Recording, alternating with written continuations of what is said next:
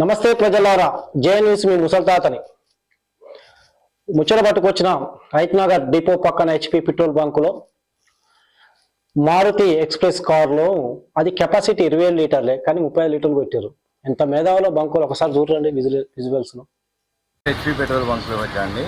నా కారు fuel capacity వచ్చేసి 27 లీటర్స్. ఆల్రెడీ రిజర్వ్లో పడంలోనే వచ్చాను. ఇక్కడికి వచ్చి చూస్తే 28 లీటర్స్ కొట్టాడు. అదేంటంటే డౌట్ వచ్చి ఆపి మళ్ళీ ఆటో స్టాప్ వరకు కొట్టమని చెప్తే మళ్ళీ 1 లీటర్ 23 పాయింట్లు పట్టింది. మొత్తం ఈ లెక్కన 29 లీటర్లు 23 పాయింట్లు పట్టింది. ఆల్రెడీ నా దాంట్లో 2-3 లీటర్లు ఉన్నా కానీ 32 లీటర్లు దాటింది. కానీ ఇది కెపాసిటీ 27 లీటర్స్. అదేంటని అడిగితే పోలీస్ స్టేషన్లో కేసు పెట్టుకోండి అని చెబుతున్నారు. మెజిలింగ్ సిలిండర్ ఏ క్లాస్ ఉంటుంది, గ్లాసుది ఉంటుంది. 5 లీటర్ల మెజిలింగ్ సిలిండర్లో కొడితే నీకు వస్తుంది. అది కాకుండా నువ్వు ఏదో ఒక పెద్ద 5 లీటర్లు జగ్గు తెచ్చి చేస్తా అంటే కుదరదు. నువ్వు చెక్ చేసి నువ్వు అది తెచ్చి చెక్ చేసి నాకు చూపి నేను పోతా. ఎందుకంటే నువ్వు కొట్టిన పెట్రోల్ నువ్వే కదా కొట్టింది, నేనే కొట్టించుకుంది. మరి నాకు తెలుసుగా నా బండి. మీ సార్ ఏమంటాడు 10 లీటర్లు ఎక్స్ట్రా అయితే పట్టింది ఈ ట్యాంకులో. వీళ్ళ దగ్గర మేము కొలవడానికి మెజిలింగ్ సిలిండర్ లేదు ఏ క్లాస్ది. ఒక ఏదో 5 లీటర్స్ జార్ ఉంది. ఆ జార్ తీస్తామంటారు. ఆ జార్ కాదండి, అది క్యాలిబ్రేటెడ్ కాదు. మెజిలింగ్ సిలిండర్ తీసుకురామంటే మేము తీసుకురాము, మీకు అయితే అయింది లేదా మీకు మెకానిక్ కాడికి పోయి మీ బండిలోనే ప్రాబ్లం ఉంది పోయి చెక్ చేయించుకొని రండి అన్నట్టు మాట్లాడుతున్నారు. అది కాదు ఇది కాదంటే పోలీస్ స్టేషన్కి పోండి అంటారు. కానీ మేనేజర్ని పిలిచి ఆయన ఇంతవరకు రాలేదు. ఎండిఎం మా బంకులో ఏం జరగలేదు, మీరే అబద్ధం ఆడుతారు, మీకు నచ్చిన కింద చేసుకోకపోండి అని ఆయన చెప్పి ఫోన్ పెట్టేసింది. ఇది జరిగిందండి. ఈ బంక్ వచ్చేసి HP petrol bunk Raithnagar Raghavendra hotel దగ్గర ఉంటుంది. చూశారు కదండి విజువల్స్ లో.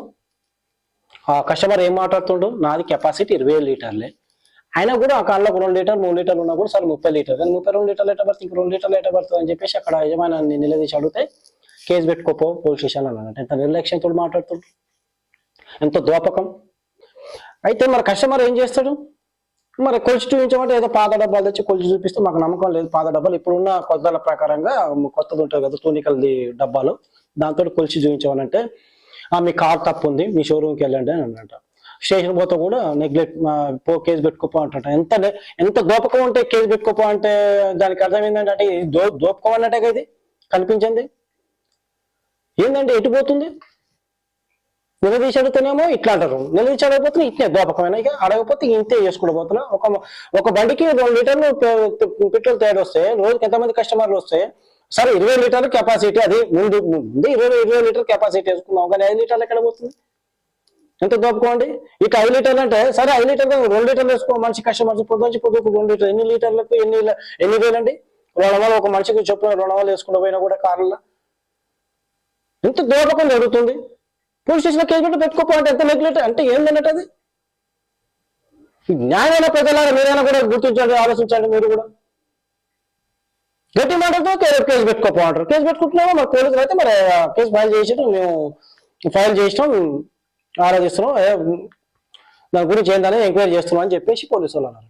ఇంకైతే మరి కేసు పెట్టామని అన్నాను. అంతే ఎంత ధైర్యం ఉంటాను అలా కేసు పెట్టుకోపోవాలి అంటే దీనికి సంబంధించిన లింకులు ఉన్నట్టే కదా. మరి జాయింట్ కలెక్టర్ ఏం చేస్తుంది, జాయింట్ కలెక్టర్ కింద ఆర్డీఓ ఏం చేస్తుంది, ఆర్డీఓ కింద ఎంఆర్ఓ ఏం చేస్తుంది, ఎంఆర్ఓ కింద సివిల్ సప్లైలు ఏం చేస్తుంది, వీళ్ళందరూ ఏం చేస్తారు, ఎటుపోతున్నారు అంటే ఇవన్నీ లింకులు ఉన్నట్టే కదా. అంటే దీంట్లో హస్తాలు ఉన్నట్టే కదా, అంటే ఎంతో అంత చేరుతున్నట్టే కదా. రూపాయల పావులో 5 పైసలు చేరుతున్నాయి కాబట్టి సరే ఎదుగుంటారు. మరి తొందరగా చేయాలంటే విమర్శలు చేయాలి కదా. మరి చేయలేందుకు ప్రజలారా చాలా మోసం జరుగుతుంది పెట్రోల్ బంకులలో. మీరు కూడా ఆచితూచిగా చూసి అడుగులు వేయండి కొట్టించుకునేటప్పుడు కూడా. అయితే ప్రజలారా ఇంక ఇల్లు ఒకటి మీకు కిట్టుకు తెలియదు, మీకు అసలు రహస్యం అదేంటంటే మనం పెట్రోల్ కొట్టించుకుని బిల్లు ఇవ్వాలి కన్ఫామ్గా. బిల్లు వెనకమంటే ఒకటి ఉంటుంది, ఏముంటుందంటే మనం అడిగిన దానికి సమాధానం చెప్పాలి. మనం అడిగిన దానికి గాలి చెకప్కు గాలి మిషన్ ఉండాలి, టాయిలెట్ పోయే బాత్రూమ్ ఉండాలి, లేడీస్ అండ్ జెంట్స్ కు మనకు కావాల్సిన రూల్ రెగ్యులేషన్ అన్ని పేపర్ వెనకాల ఉంటాయి, మన పెట్రోల్ కొట్టించుకున్న బిల్లు వెనకాల ఉంటుంది. అయితే ప్రజలారా బంకులో ఒక ఫిల్టర్ పేపర్ అని ఉంటుంది, అడిగితే ఇస్తారు. అయితే మనం పెట్రోల్ కొట్టించుకుంటే మన డౌట్ వచ్చింది అనుకో, 2 చుక్కలు ఒక చుక్క వేస్తే తెలుస్తుంది ఒరిజినల్ డూప్లికేట్ అని. అట్లా కూడా మనకు రైట్స్ ఉన్నాయి అడగటానికి. అయితే దీన్ని బట్టి ఇది ఇంకేం ముచ్చట ఏంటంటే బంకులో గాలి చెకింగ్ చేసే పర్సన్ ఉండాలి, టాయిలెట్స్ నీట్గా ఉండాలి, టాయిలెట్స్ బాత్రూమ్లలో నీట్గా ఉండాలి, వాటర్ ఉండాలి, అన్ని సౌకర్యాలు కలిగి ఉండాలి. ఈ అన్ని సౌకర్యాలు గవర్నమెంట్ పెట్టింది. ఎందుకు పెట్టిందంటే మన ట్యాక్స్ రూపంలో పెట్రోల్ దాంట్లో మనకు ఛార్జెస్ చేస్తారు కాబట్టి మనకు రైట్స్ ఉన్నాయి అడగడానికి. మనం అడిగితే వాళ్ళు సమాధానం చెప్పాలి. ప్రతి ఒక్కటి మనకు హక్కు ఉంటుంది బంకులో. అది కూడా తెలుసుకోవాలి ప్రజలారా, మీకు తెలియని వాళ్ళకి తెలియజేస్తున్నది. అయితే ప్రజలారా ఈ ఇప్పుడు సమస్యలు ఎట్లున్నాయి, ఇక పెట్రోల్ దొరకక కాస్త మస్తాలు అవుతున్నాయి. యానో బండి పెట్రోల్ అయిపోతే వస్తురు పెట్రోల్ బాటిల్లో తీసుకొని పోతురు, యానో బంకులలో పెట్రోల్ దొరకలేదు. ఈ పెట్రోల్ దొరకలేదంటే ఇందులో ఇంకొకటి మోసాలు.